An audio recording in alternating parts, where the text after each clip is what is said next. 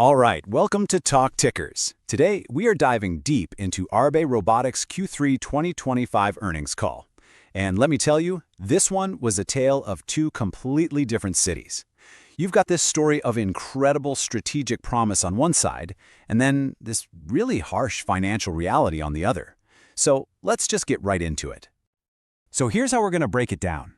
First, we'll hit the big headline, what we're calling the big miss. Then, we'll stack up the actual results against what everyone was expecting.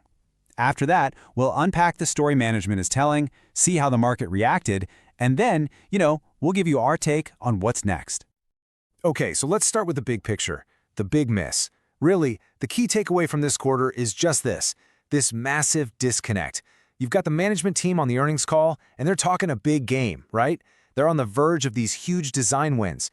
But then you look at the numbers they actually reported, and well, they just fell way short of what anyone was looking for.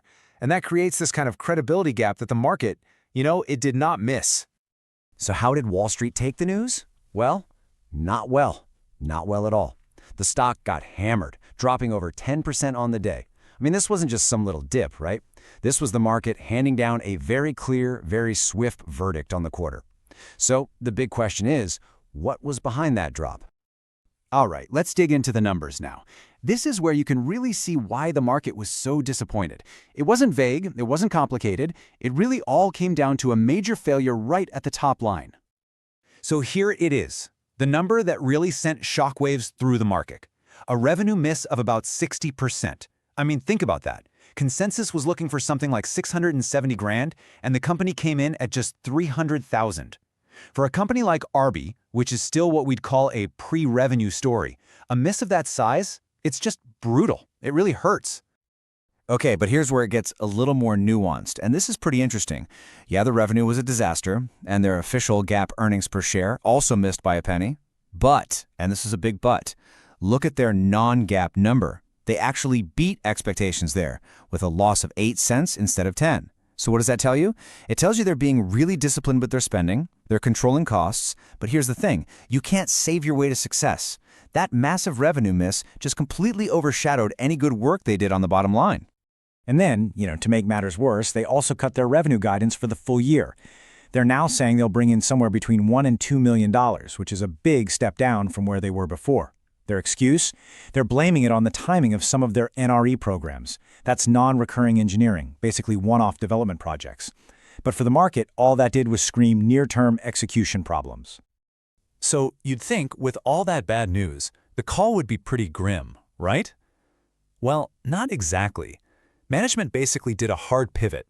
They spent most of their time trying to get investors to look away from the painful present and focus on this really optimistic, really bullish future that they see just around the corner. And this quote from the CEO, Kobi Marenko, was really the core of their entire pitch. Listen to the language here. He's saying they are in the lead to be selected by a major European OEM. And this isn't just any project, it's for a Level 3 autonomy program.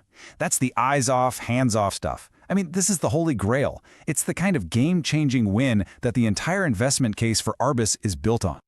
So, this is the story they're selling. This is their vision.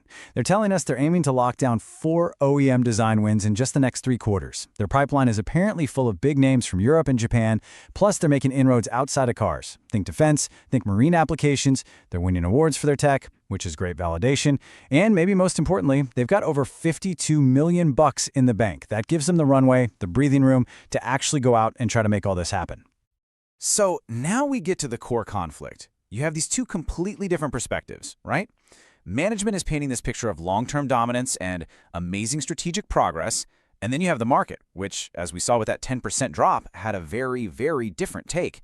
And understanding this divergence is really the key to understanding this stock right now. Let's just put it side by side.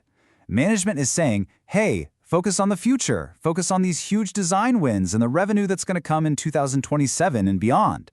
But the market is saying, nope. We're focused on right now. We're focused on the fact that you just missed revenue badly and cut your guidance for this year. So management is selling a dream while the market is punishing a reality. It's that simple. And that really brings us to the fundamental question, doesn't it? If you're looking at Arbe stock today, what do you believe?